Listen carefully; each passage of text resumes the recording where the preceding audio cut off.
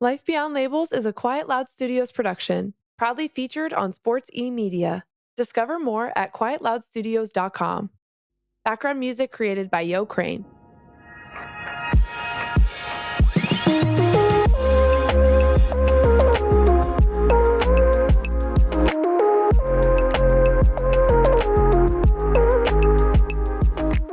Hello, welcome back to the Life Beyond Labels podcast, season 2.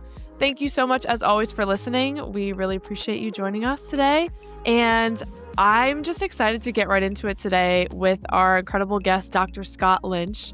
Dr. Scott Lynch was the director of athletic medicine at Penn State and has quite the interesting story of advocating for athletes. And during his time as a physician, he was also a former Penn State wrestler. So serving as an athlete at his alma mater and then going back to serve as director of athletic medicine. And we are going to get into his story, talking about the lawsuit that you might have seen on headlines and player safety. And I will get into it together. So I just want to welcome and invite Dr. Scott Lynch to join us now. Welcome. Yes, thanks for having me. I'm excited. Absolutely. Well, and on Life Beyond Labels, I like to start as well with an introduction.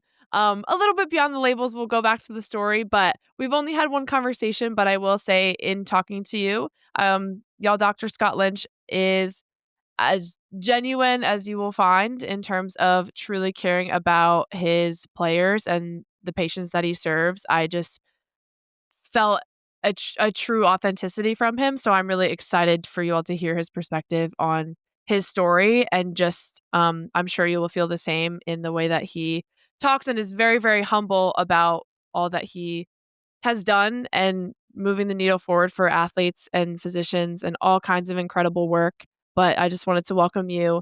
As a person, we're excited to have you and hear your story, but also that it's been a pleasure to meet you even beforehand.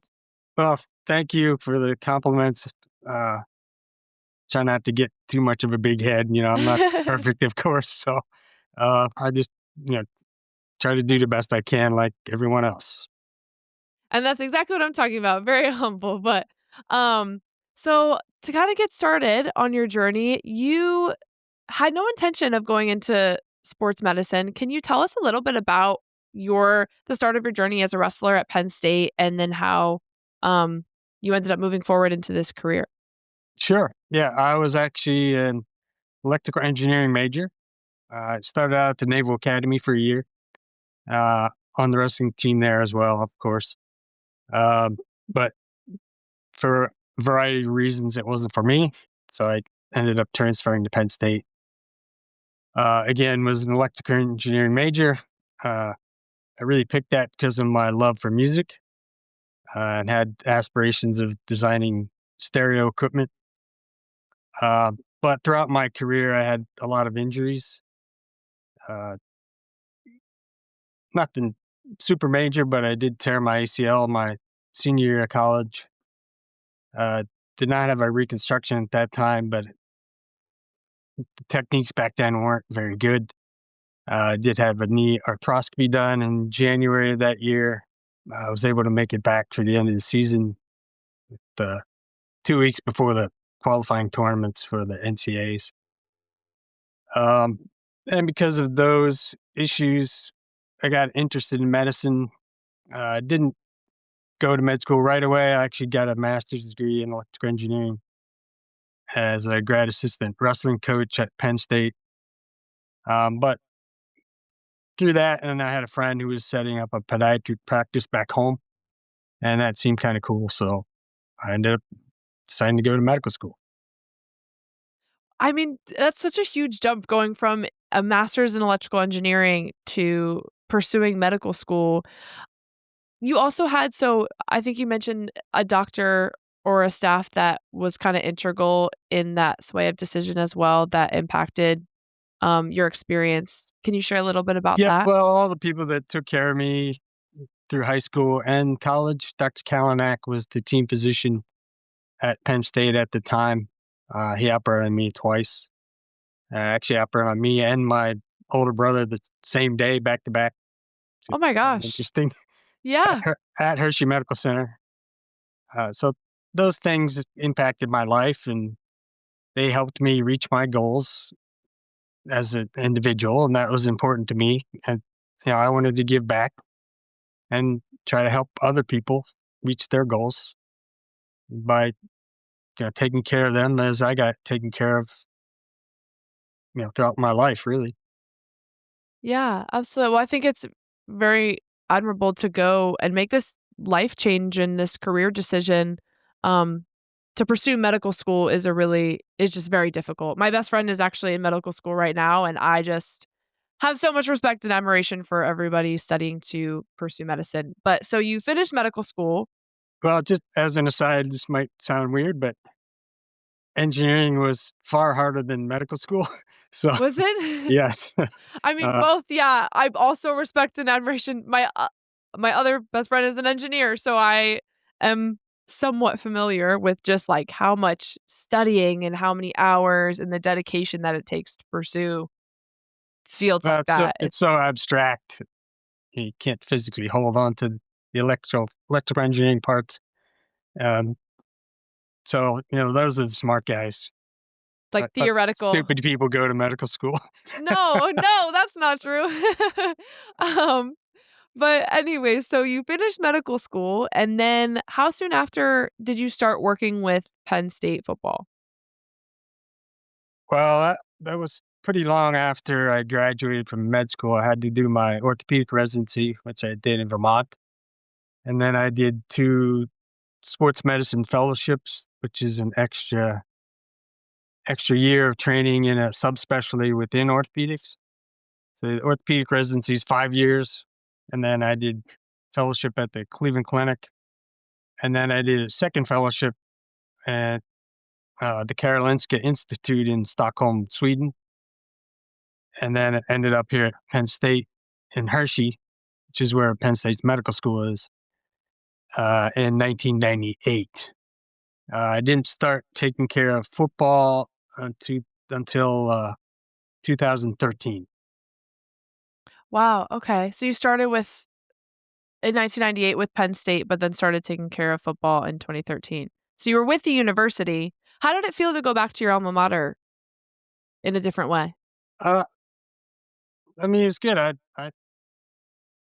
Interestingly, I still love Penn State. You think, as you're gonna hear throughout the podcast, you'd think I would hate them. But Penn State to me is not the administrators; it's the people that work in the trenches. Same with Penn State Health. It's all the friends I made through wrestling and sports, and being an alumni. Penn State has a lot of great alumni and fun to be around. And most of them tried to do the right thing. It's just disappointing when the administration doesn't follow suit.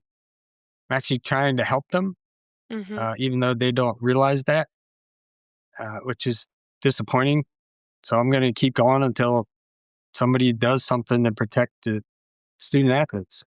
Tell us more about how this lawsuit came about and a little bit about that part of your career where you started to notice um, that there was intimidation happening to release players early and kind of this just villainization of for athletes being hurt and this just behavior that you saw and taking action towards that.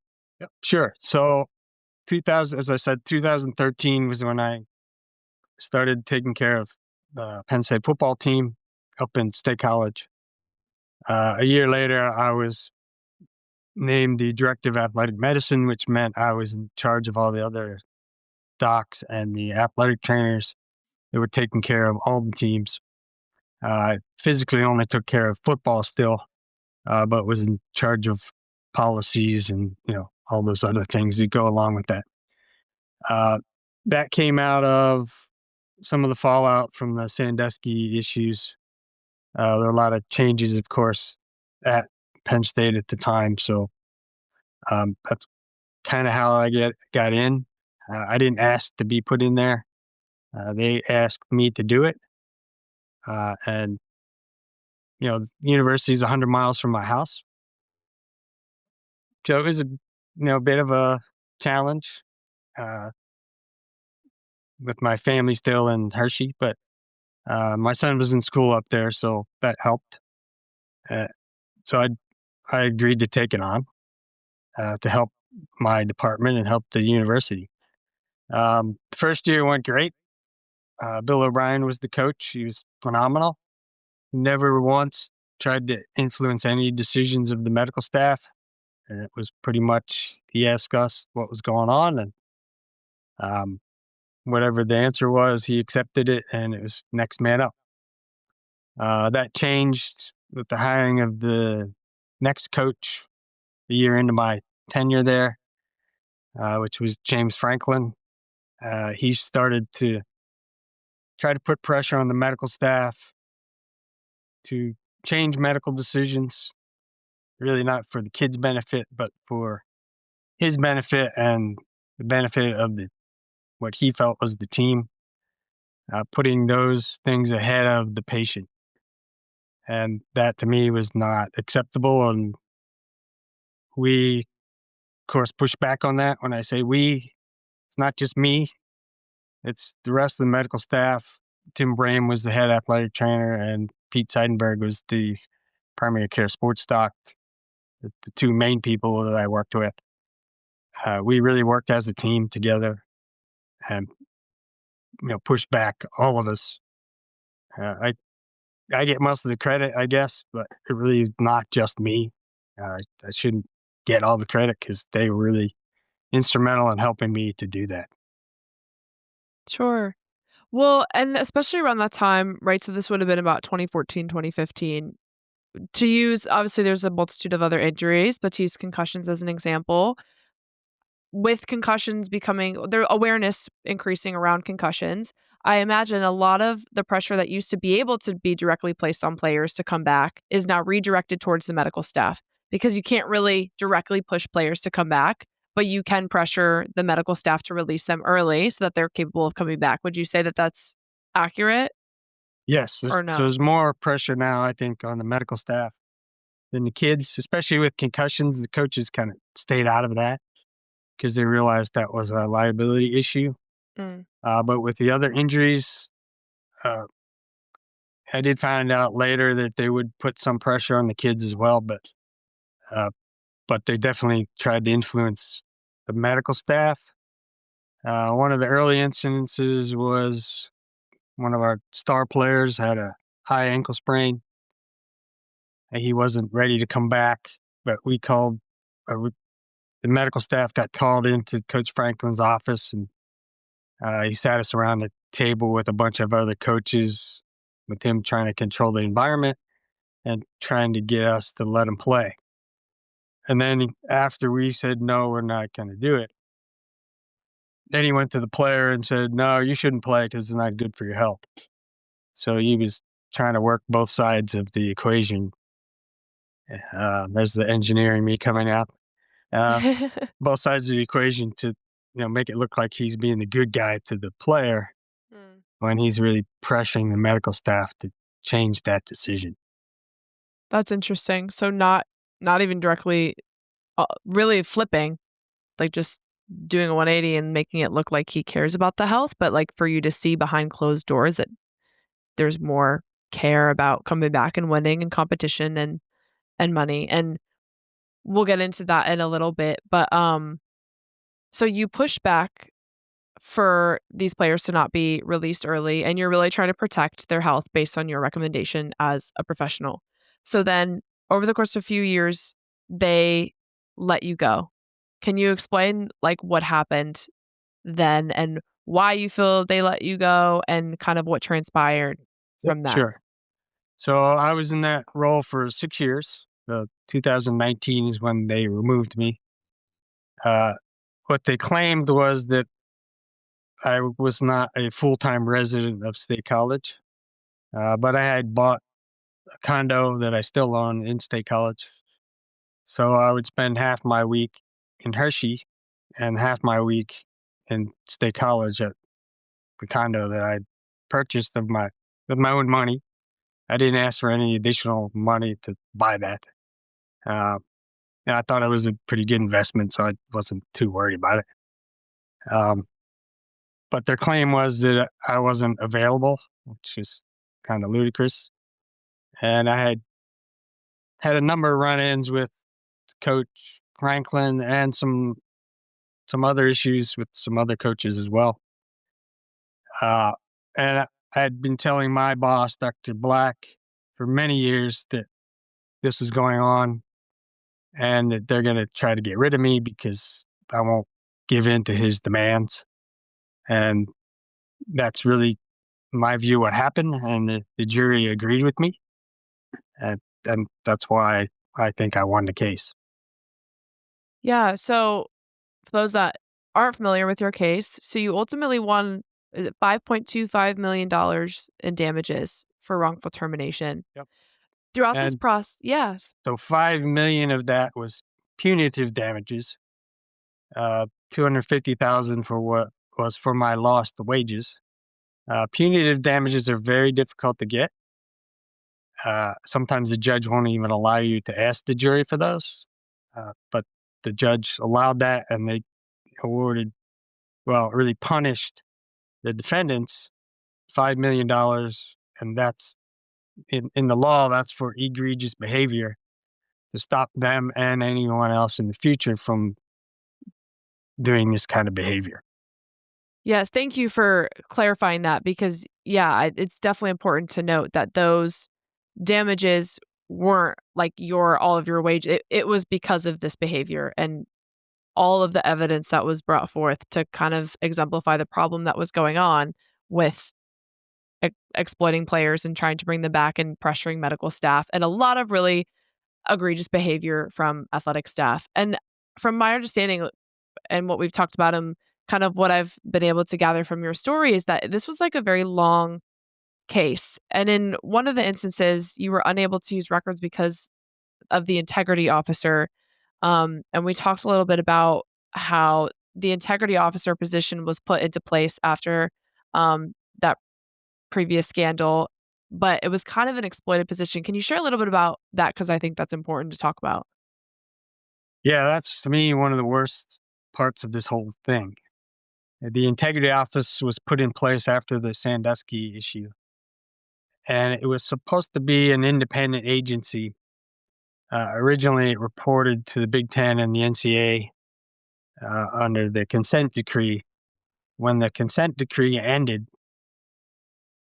Penn State decided to keep that position, and it was supposed to report to the president of the university and the board as an independent agent to investigate wrongdoing, to try to be transparent about things that were happening. So I had met with Bob Boland, who was the integrity officer at the time.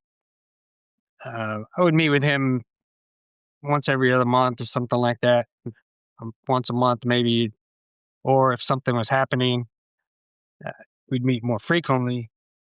So I told him about all these instances. So he knew about all this. And then when I was removed, I went to him and said, I think this is really because of what we've been talking about, which is my refusal to give in to Franklin's demands. Um, and he claims, I'm not sure I actually believe that he did this right away, but he claims immediately he went to the legal counsel of Penn State so that they could then protect his investigation legally and claim attorney-client privilege. So they're using this position to hide wrongdoing and not have to report it to anyone, to keep things hidden rather than to be transparent. And it was set up to protect kids. Mm-hmm. As I said, it was set up from the Sandusky affair. It's pretty sick that they're using that kind of position to then hide wrongdoing. It's the exact opposite of what it was set up to be. Yeah, the intention of it was to protect kids/players, and it's ultimately being used as an avenue to protect further wrongdoing. And Not just players, but yeah, anybody that has to do sure. with athletics. So the Sandusky affair was not players; that was young kids who were being brought into the university and being abused. Yes, apologies. Yeah, thank you for the distinction. Just overall, yeah, I mean, to use this position in that way, I mean, it had to be so frustrating. Like, this was truly an uphill battle for you. And at one point, the case got dismissed, or not. I'm sorry, not dismissed. Yes, sorry. Well, Walk me through because it got yeah. you had to like So delay. there are originally two parts. Mm-hmm. One was a whistleblower lawsuit that involved Penn State University, Coach Franklin, a number of other administrators.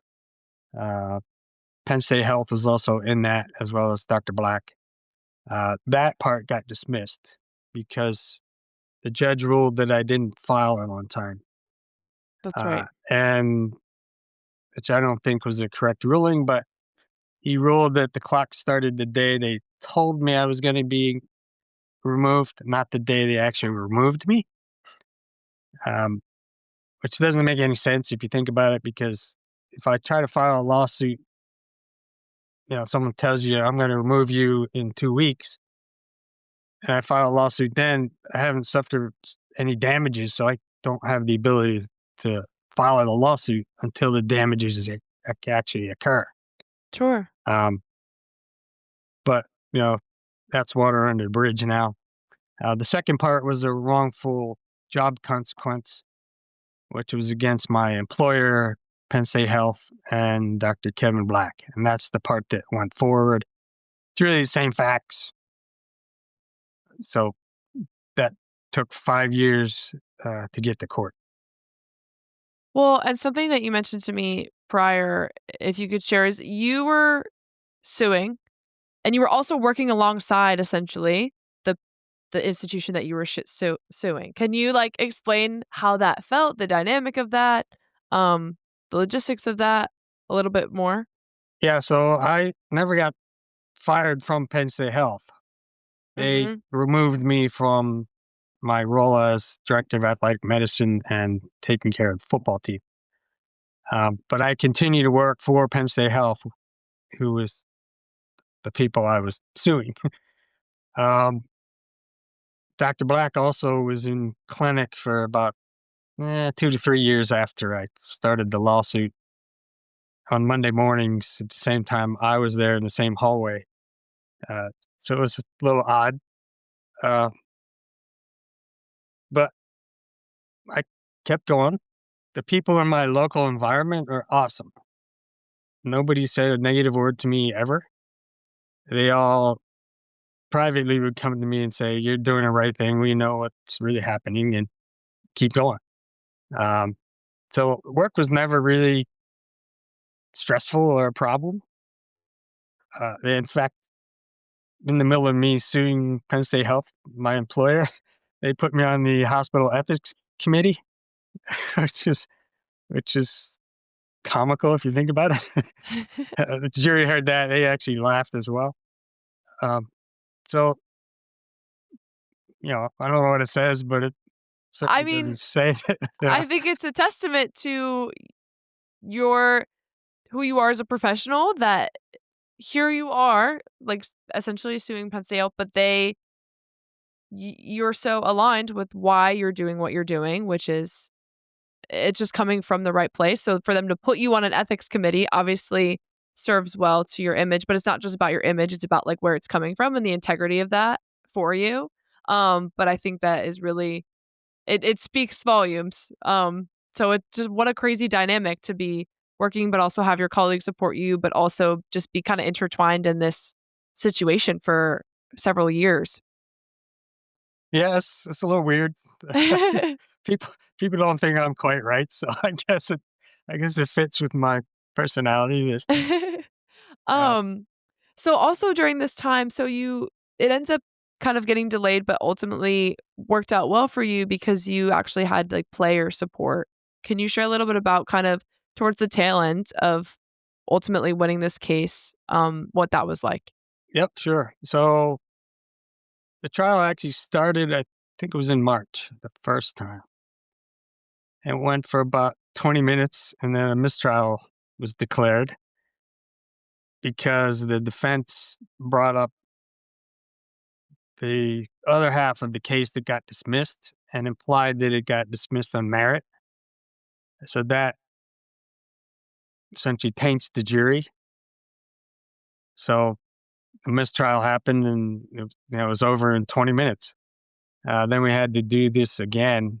And from that publicity, I actually was able to get one of the football players to testify for me. Jay Paterno, who's on the Penn State Board of Trustees, came and testified for me. So the delay actually, I think, helped me because we were able to get some more people to come in and tell their story and tell the truth and have the jury hear what was really going on. Yeah, absolutely. Well, I think that also speaks a lot to having support from people in that environment and kind of, like you said, the publicity of it. How important was the publicity of it? Do you feel like, because I know from what we talked about, like you say that it's not necessarily about the money. It's not about winning. It's about spreading this information and bringing it to light. Do you feel like that was achieved on just even a spectrum? Well, yes and no. I did get some publicity, but so far, it's over a year now from my case. Nobody from the NCAA, the Big Ten, or government has stepped in and tried to make the situation better. So nothing has really happened to protect the student athletes yet. So no, I haven't reached my goal. Uh, my goal wasn't about the money. My goal was about getting the information out there. Unfortunately, for you know billion-dollar businesses like the NCAA and Big Ten and Penn State University and Penn State Health, $5 million is not enough to make them pay attention. Mhm. It's the cost of doing business. So I'm still pushing on. I still have some other things that we can try to get more attention. I'm on the College Football Players Association board of directors now. I got on that through this publicity from the case. And essentially, what the organization is to try to get collective bargaining for the players.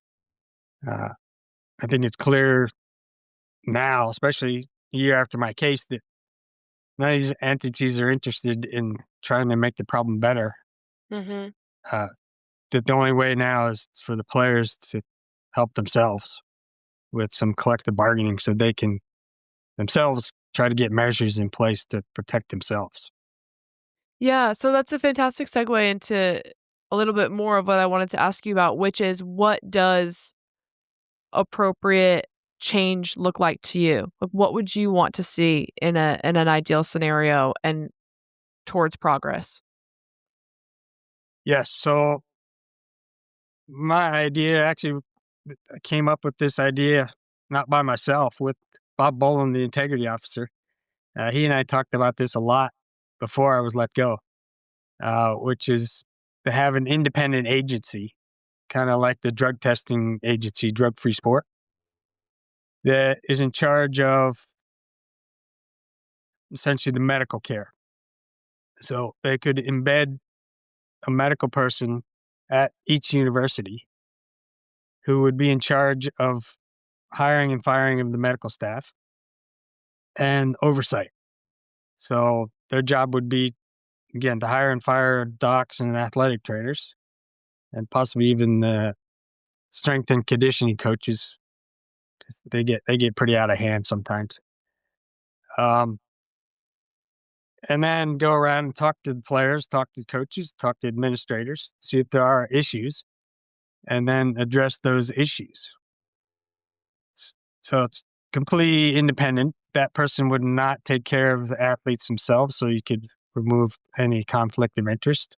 Mhm. A lot of the physicians that take care of the teams, they get marketing out of it, and it can be a conflict of interest for them to show or to say, "Oh, I got this person back faster than anybody else," even though it might not be the most appropriate thing. So there's an ego thing about being on the sideline. So try to remove that kind of incentive to take away a conflict of interest. So the doc's sole focus is taking appropriate care of the patients. I think that's really interesting that you include strength and conditioning coaches in there because if we're going off of right purpose of their occupation in the sense of trying to make their athletes stronger, faster, etc. And when you say getting out of hand, are you referring to these scenarios where strength and conditioning coaches are pushing their athletes well past appropriate limits even when they're showing signs of distress and need medical attention or need to take a break? Is that like what you're referring to when you say out of hand? Absolutely. So roughly 6 weeks after my case, after my verdict, uh, a football player at Bucknell University was there for his first day of practice. He had sickle cell trait. The strength and conditioning coaches were working him out.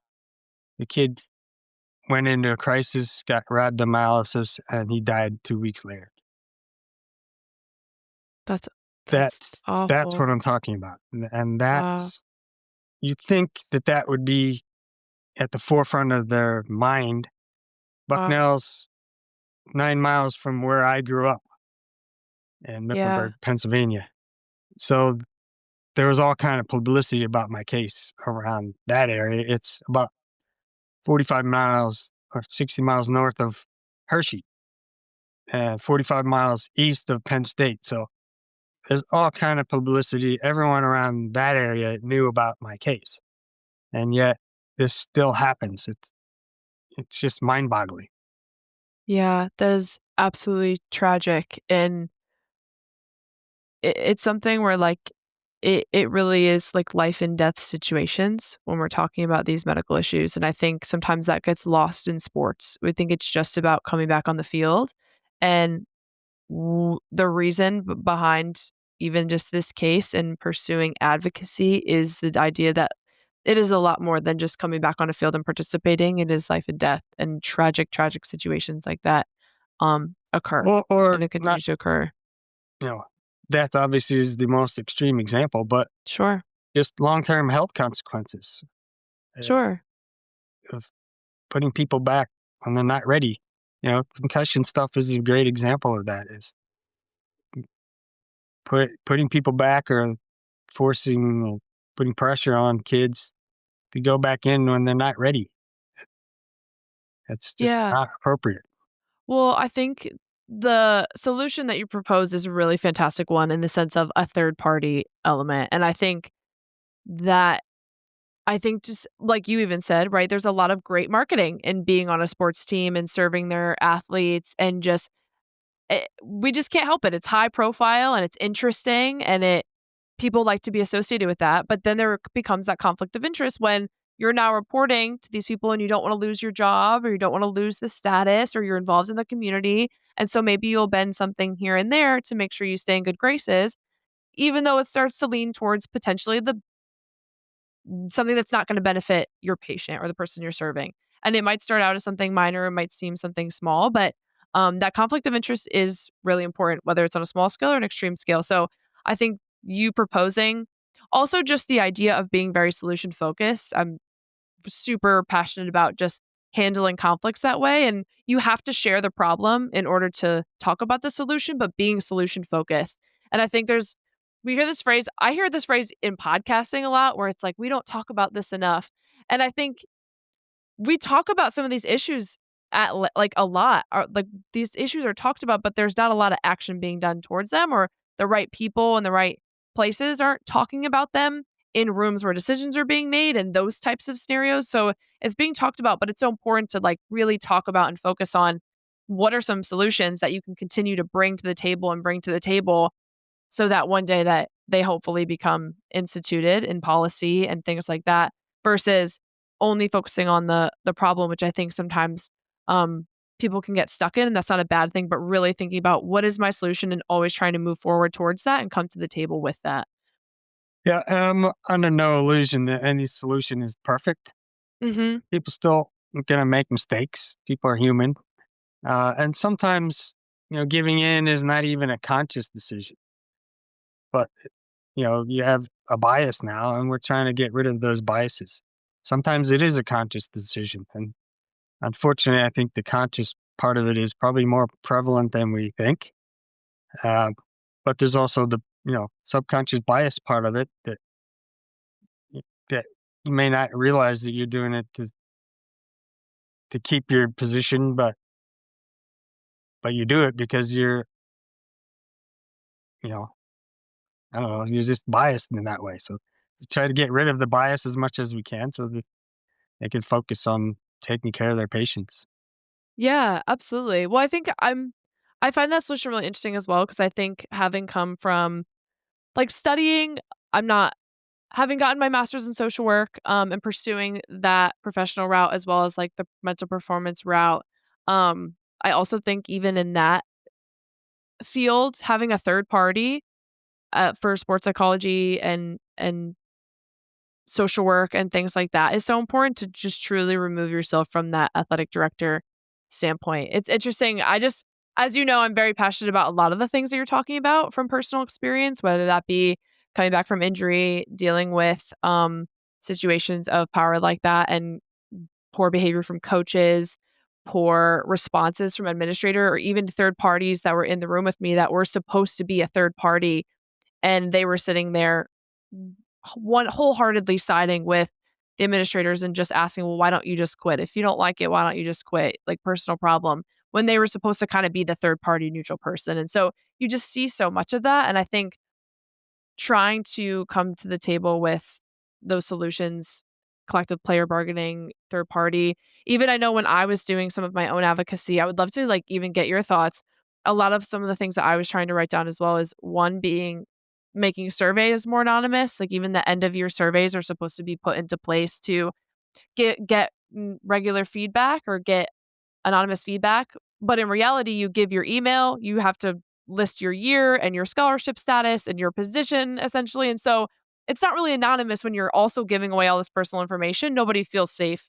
I'm not going to say nobody, that's a generalization, but from the discussion that a lot of athletes and I were having, even at our school, was we didn't feel comfortable sharing honest feedback on that survey because it was very likely that survey was going to go back to the coach and all of our identifying information was there just without having our names. So having something that's third party on a survey or coaches access to like mental health and coaching resources because I mean I think as well I understand and empathize with the winning and the money and those being a source of livelihood for these coaches. Obviously it's very important and so it's not to negate the fact that winning and performance is important but to also offer them somebody to talk to and to level with so that that doesn't overwhelm their lives as well. So just like different things that can be done. Obviously, no solution is perfect, but that can be proposed and implemented at least to try. I feel like there's sometimes an unwillingness to like try out some of these solutions, even if they don't necessarily foster results. Well, majority of coaches and administrators don't want to try. Hmm. They don't want to give up control. They don't want to give up their $10 million a year job. So, Hmm. uh, and the money keeps getting more and more and more. So the bias gets more and more because the risk benefit ratio for them, it, the benefit keeps getting higher and higher. Yeah. How do you, ho- what do you think is going to happen going forward? And how do you see this situation changing as the money and the stakes continue to grow around college sports? Well, I think the only real solution is collective bargaining with the Players Association. Uh, I actually think it's going to work, honestly. The recent uh, court agreement, the settlement, I don't see how that's going to stand up in the long run. There's going to be so many lawsuits to it. They mm, try to now still say they're not employees when they're paying them directly. I don't see how that's going to hold up in court. So there's a lot of issues that still need to be resolved. The NCAA and the conferences and most of the coaches and administrators are fighting it because they don't want to give up control. the power and the money. It's just really what it comes down to. But I think the cat's out of the bag now. I don't see how they're going to go backwards. People who want to have it like it used to be, it's not possible. Uh, Mhm. Once this kind of money gets involved, there's no way to be sort of amateur anymore if you're getting paid. What would be something from having seen and learned and been in the room where it happens for so many years around athletes and things like that, what would you say to the average person or encourage them in their perspective of seeing athletes as entertainers? And because I think as an average person listening, right, Yep. what would be your advice in general for how we view athletes, how we view sports, and what we as an average person can do to help make better change? Yep. So that's one of the problems is people don't want to think about athletes as people. They want to think about their team. And for fans, sports is their escape from reality. I've thought about this for a long time because I think, why don't people really seem to care? Uh, and they don't want to have to think about it because if you're having a hard time at work or having a hard time at home, you have your personal issues. You want something to escape from that. That's why people drink alcohol to excess and do drugs and try to escape from that reality. Well, sports is not too far off. It's healthier than doing drugs, of course, but uh, um, but it's an escape and a way to you know remove yourself from reality for a few hours while you're watching the game. Mhm. But that's not healthy for the people who are actually playing the game. To try to make them do things that are bad for their health, so your team can win a game is it's again ludicrous. So I want people to think about the players as people. And if this was your son or daughter, do you really want a coach forcing him back in just so the coach can win a football game and keep his $10 million job? You got to think about it in that way. Mhm. Yeah, well, I appreciate you also kind of mentioning if this was your son or daughter. I think as well, people that are listening to this podcast, some are youth coaches or have children in sports. And I think it's really important to advocate and expect proper behavior at a young age and not kind of develop this cultural mindset of getting somebody back in quick. And it's funny because, not funny, but it's interesting because I just remember even having that element of urgency in high school because I was playing for like a nationally ranked team and I had experienced my first few back-to-back concussions and was trying to come back so quickly. And as an adult now I zoom out and I think about having rushed my recovery a little bit back then as a I was a sophomore junior in high school and I wanted to come back as quickly as possible and I came back a little too quickly because I ended up having symptoms for the next 8 to 9 months and dealing with migraines and occipital neuralgia and having to see a specialist after that season because I was just so urgent to come back. And so how do we combat that even in younger sports, do you think, so that players aren't going into college also feeling like they need to rush themselves back and feeling immense guilt for not coming back and are able to stand their ground a little bit better when you're faced with that opposition from whoever it may be?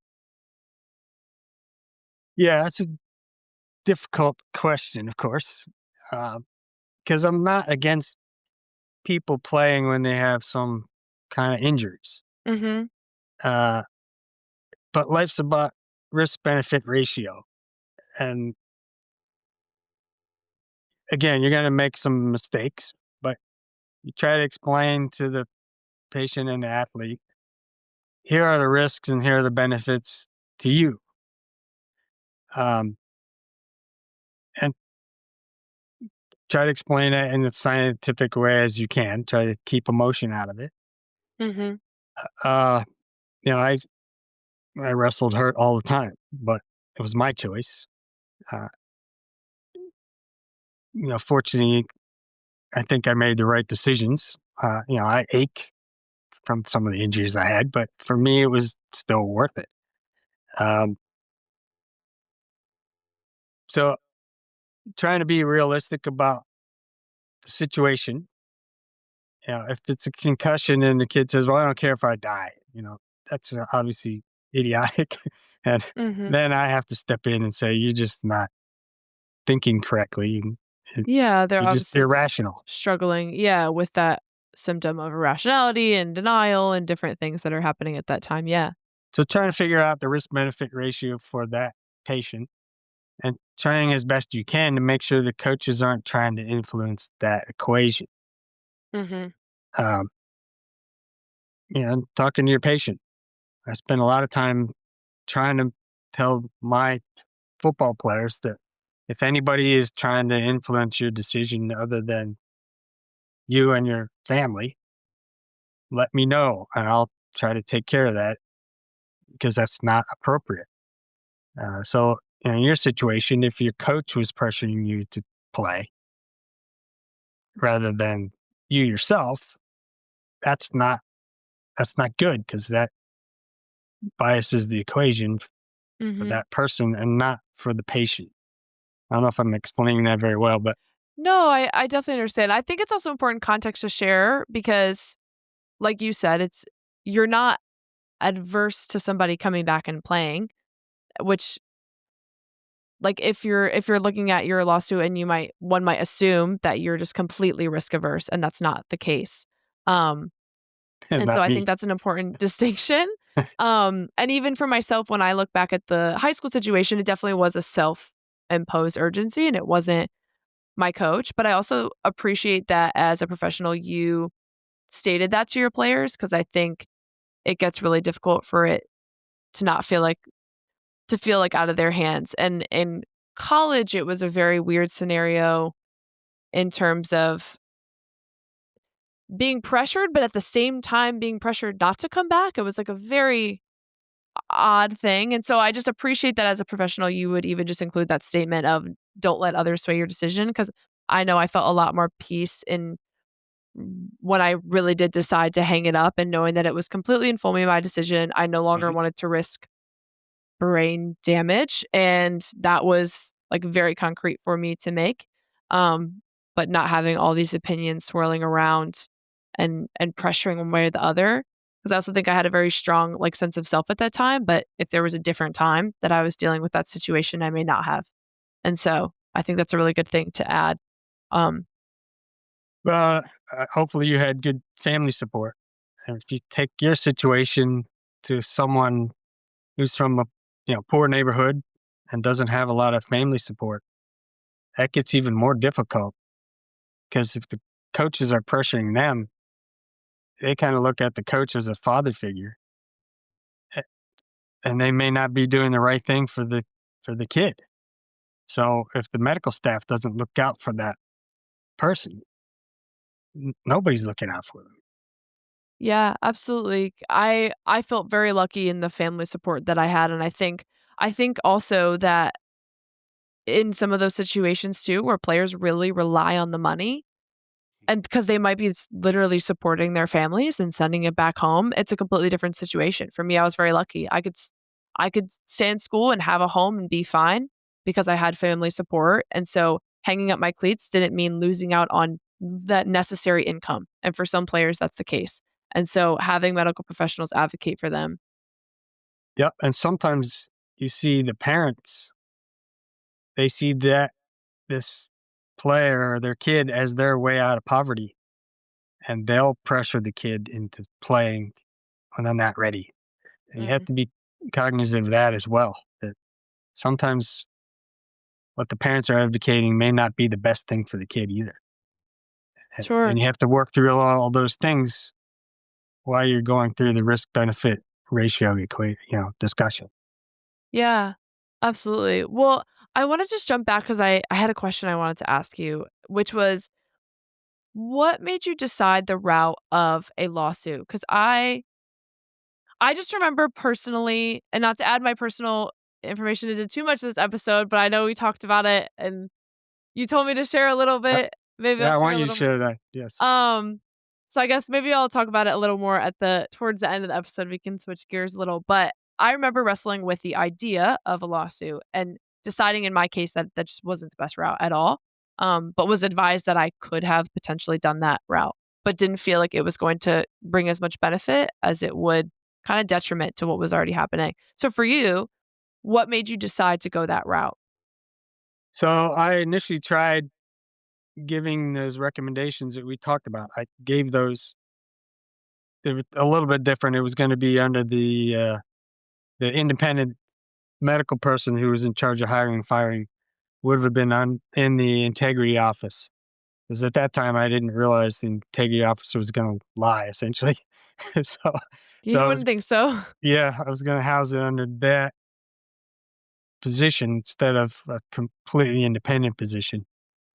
Um, Once the integrity officer, in my view, lied, um, I realized that wasn't going to be possible. But I gave them those recommendations and said, "Here's a list of things you can do to try to mitigate coaches trying to influence decisions." And they totally ignored me. At that point, I realized if I want to have any positive effect to make changes, the only way to do that was to file a lawsuit. Uh, I was pretty far along in my career. Financially, I wasn't gonna break me one way or the other. Uh, Mhm. so, yeah, the money wasn't something that was that important in terms of me trying to live my life or anything. Um, and it was an important issue for me to try to affect change. So the only way at that point to do that was to file a lawsuit. So I went ahead. Uh, what they did to me, I didn't. If they fired me, I didn't actually really care. I could easily find another job. Um, Actually retired a few weeks ago, so uh, Congratulations. yeah, Woo. thank you. Yeah, I should have probably retired at that time as well. Uh, so I was kind of ready to slow down anyway, and the only way to make change was to file a lawsuit and get my story out there. And once I got to the courtroom, I won no matter what happened in the courtroom Mm. because I got to tell my story, and that's what this was really about.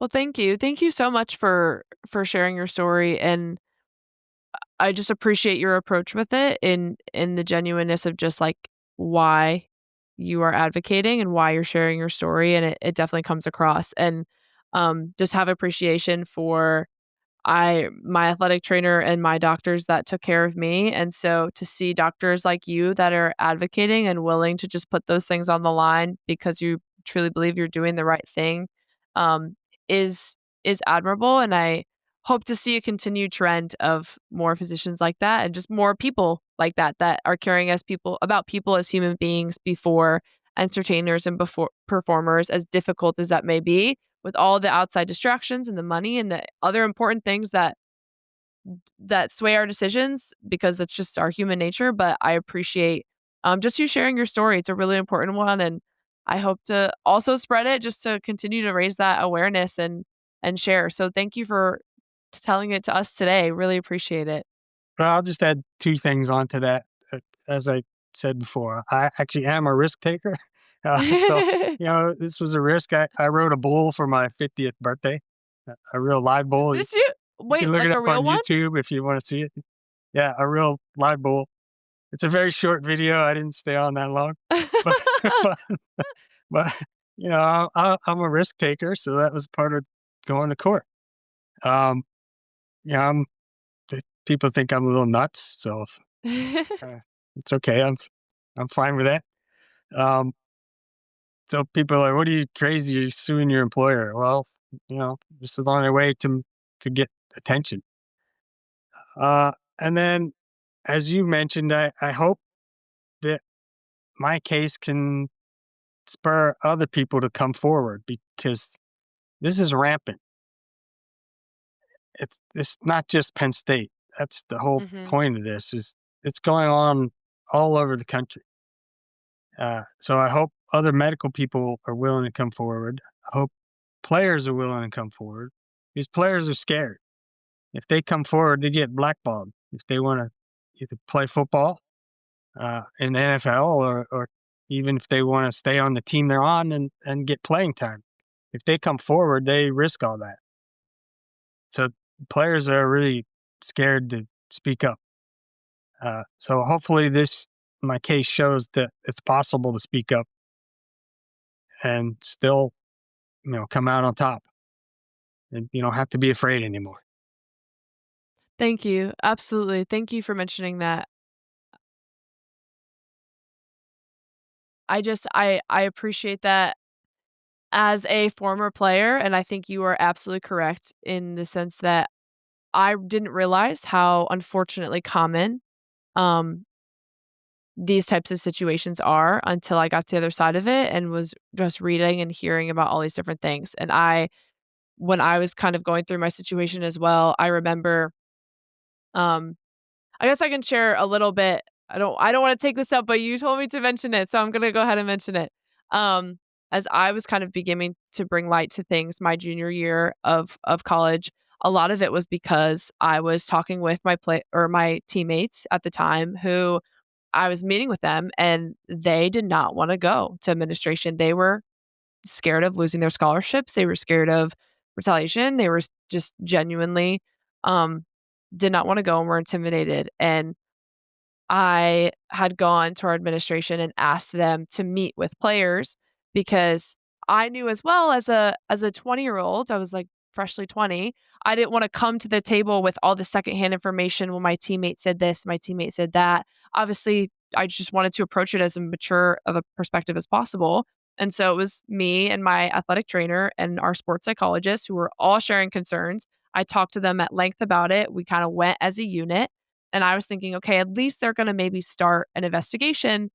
I'm going to bring to them everything that has happened directly to me that I've directly heard, and then encourage them to ask for firsthand information from other people as I'm sharing with them what I've heard, but want them to get it direct. There was no intention of this like malice or getting anybody fired. I mean, I just wanted an investigation. And what I think people struggle to understand as well is like, I was having this conflict with my coaches, but I like had love for them as well. Like I had spent 2.5 to 3 years of my life like really caring about these people. We had this great relationship before. Like sometimes I think as well for players, it is conflicting because it's not always that the player hates the coach or they have this terrible relationship.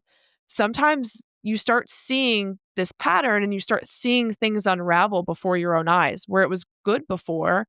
And then the rose colored glasses are coming off and you're seeing behaviors get a little bit worse and worse. And you start thinking about is just thinking about what you're going to do about it because it's very easy to say, well, maybe it'll get better like it was before, or I care about my coaches. And it's not always just this hatred relationship. And so I think that's important to note as well. But kind of to make a long story short, they were like unable to do that. And a lot of what transpired was retaliation towards me. And I remember later, so after I had already medically retired and all of the situation ended up happening, I was in my room and I get a knock on my door and it's three of my teammates and they come into my room and they're there for 3 hours. I mean, at this point, I was medically retired. I'd had the injury. I was still trying to advocate for them, but from afar, I was no longer on the team. They were still allowing lots of things. And my three teammates came into my room and they were like, Kelsey, we are even more scared to talk about it because of what happened to you. Like we don't want to say anything. And they also said that like once I was gone, it was directed to somebody else. Like it was directed towards another girl on the team. And right, you said you can't take away scholarships for like injury or just take them away. And so there was talk about pressure to bully people off the team or different scholarship amounts were allegedly like they were telling me that their scholarship amounts were released to like tell people what they were earning and it was just an entire mess. But point being they were more scared to say anything because of what they had seen. And so I think it's unfortunately more common than we think. And yet at the same time, I would also encourage athletes, even though in the moment it is terrible, like It's a terrible feeling to feel like you're coming forward. It's also a terrible feeling in my experience as well to come forward and then all the people that said that they were going to be there and they were going to have your back or they were going to share their information. Once they started seeing that I was just getting reamed at practice and then I was getting overrun and then injured. I had been running for an hour. I was the only person not subbed out. I got collided with on the field, and my coach clapped and told everybody to move on while I stumbled off by myself. I mean, that's just absurd behavior and everything that transpired after that. And so to see that and witness it and then feel so isolated, but it is 1000% worth it when you feel like you're doing the right thing and you can look at yourself and know that you stood up for something important and you saw something and you did something. And that's also feedback that I heard from one of my best friends actually on the team was very quiet during the whole thing and was privately, like you said, encouraging me, telling me about the health problems she was experiencing because of the coach's behavior. And that was a huge catalyst for me to go because a lot of my sisters and friends were having these very detrimental mental health problems. And yet when it came to addressing everybody, some of them like they flipped on me in a group or they were silent. And now it has been a few years and I've been very lucky and very fortunate to like continue coming to the table with solutions. The solution was never for people to just be rid and move on. It was to like change the program as a whole systemically. And I'm very fortunate. I was approached by the chancellor, approached by the athletic director, then invited to have a seat at that table and try to talk about what would make things better. And that's the long-term goal that I always had in mind. And then to hear from others that they wish they had said something. And I'm not saying that's the case because sometimes it's a safety thing or whatever, but it is just much easier to like know that you stood up for something when you saw it than to potentially live with feeling like maybe you saved yourself, but like the people around you are going to continue to struggle with these things if more people don't come forward. And so I think you're very right in the sense of players coming forward and medical staff coming forward and people coming forward as you could lose what you have. And that's terrifying. And I empathize with that. And that everybody has their decisions to make, of course, but it's worth it to stick up for people and stick up for what you believe is right. That's just my opinion. So Yeah, I appreciate you sharing that. I know you usually want to do that because you don't want to be the focus of your own podcast, but no, I think it's no. really important because there's thousands of these stories out there. And what they try to do is isolate you and make you think you're alone. So that's how they get other people to keep quiet because, it's threatening behavior. So well, not you, but the other people are afraid to come forward because they are essentially threatening them by showing what will happen if they speak up. So it's really hard to speak up. And again, you think you're alone. You think you're the only one, Mhm. and that's why it's hard to come forward. Is It's these psychological games of trying to control people. So we need more people like you to come forward and tell their story because there's thousands and thousands and thousands, tens of thousands of these stories out there. Mhm. Uh, we just we need help getting them out there and getting people to talk. The football players are especially scared because if they have aspirations of getting to the NFL and making millions of dollars, that's another part of the equation. So they're Mhm. really afraid to talk. Yeah. Oh, apologies. Um, yeah, absolutely. I mean, definitely empathize as well that the stakes are very high in sports like that, and not that they aren't high. Like for me, it felt very personal and like it was my whole world at the time. But I didn't have millions of dollars on the line, and for people that do to really wrestle with that, I think the more I felt comforted, it made me sad, but it also made me feel comforted when I started learning about more of people's stories because it definitely shows a shift in people being willing to share them. And then especially when I see like stories like yours that come forward and then offer these solutions, because then those organizations that really can make that change or people in those power positions can say, well, thank you for sharing your story, but what would you like me to do about it? And you have this these solutions to say, this is what I would like you to do about it. I think that's also really important. So thank you for sharing your story and just talking with me about this important topic. I was just really excited to have you on because I think, like we just said, the more you talk about it, hopefully the more people become aware of these things and we make some positive change. Isn't that just what we're all trying to do, is make the world around us and make our pockets of the world a little bit better than we found them. Yep. And let me just add something. It can feel devastating at the time that you're going through what you went through, but it feels even more devastating if later on you look back and you feel like you should have spoken up and you didn't take that opportunity. So I'm sure some of your teammates are going through that now. They feel a tremendous amount of guilt because they didn't speak up. Now, I'm not saying they should feel guilty because, the pressures on them are extremely high to shut up. And you can definitely understand why.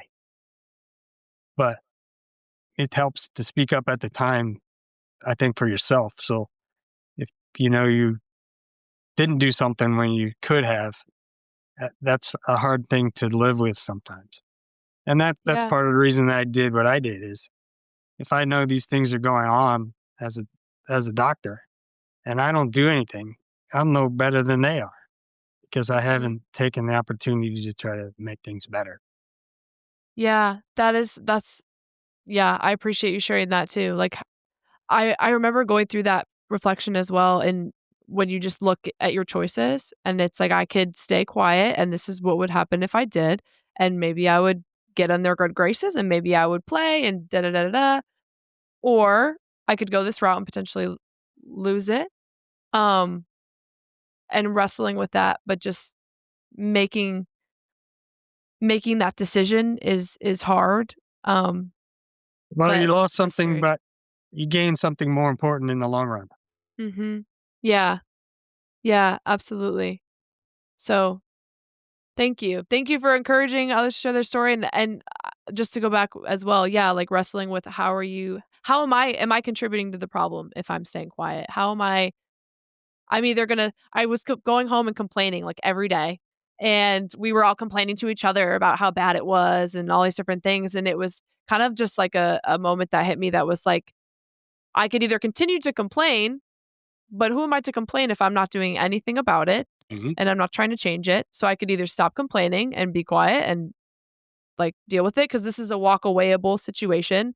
At the time, before I got injured, that wasn't walk awayable, but being in this environment before that was a walk awayable problem. And I had to be very aware of that. Is like, yes, it feels like my whole world, but I could choose to walk away from softball. Like that's a choice of mine. And so either I'm going to stay quiet and choose the ramifications of that or say something and try to make it better. And then I can still be complaining about it because I'm trying to make it better and whatever. Not to say it's about complaining, but so yeah, how are you any better? And I even remember when my coaches were fired about a year and a half later in the middle of the season, and the people in my life, some people around me were like excited about it, and I wasn't excited at all. Like there was no happiness in me. Like who am I to celebrate, you know, obviously I'm not gonna celebrate their downfall or their firing, like, it's a lose-lose situation. I'm relieved that people won't continue to get hurt. I'm relieved that hopefully whoever comes in next is gonna treat their players with respect and care. But if they're gonna clap at my lowest moment, I'm not gonna clap at theirs. Like, how are we making progress if that's the case? And so I really appreciate that you brought that up as well. Just that own self-reflection portion of deciding to advocate and tell your story, and I think that's an important piece to be reflecting on. Yeah, I think the important thing you made is even if it does make you feel good, and it may, but the important thing is not that. The important thing is how do we move forward and put measures in place so this doesn't happen again. Mhm. Yeah, absolutely. Well, thank you so much for sharing your story. So, at the end of the podcast, I always like to offer it up. This is very different than what we were just talking about. Usually it flows a little bit more seamlessly, but I like to ask just if there is somebody in your life that you'd like to highlight and describe them, by their attitude, how they treat others, what makes them unique, somebody who's positively impacted your life, and just a chance for you to describe them. Oh, uh, yeah, that's a kind of a different kind of question. Never thought Yeah. about something like that before. I guess my wife is she's been so supportive and, uh, it was really hard for her. It was a lot harder for her than it was for me, so I guess support, um, because she didn't have any of the information I had, so it was difficult for her. Mm. Yeah. Well, thank you for sharing that. What's your wife's name? Deborah. Deborah. Well, shout out to Deborah. It takes yeah, it's hard when you to watch loved ones go through situations that are that difficult, and yours was a very uphill battle, and to also just not have all the information, I'm sure was tough. So sounds like a very selfless, supportive person. So thank you for sharing that. But really appreciate you having you on and sharing your story with us. And just thank you for being on Life Beyond Labels. Is there anything you'd like to leave our listeners with before we sign off? I think I'm good. Thank you. Awesome. Well, thank you to all who are listening. We really appreciate it. And we will see you next time.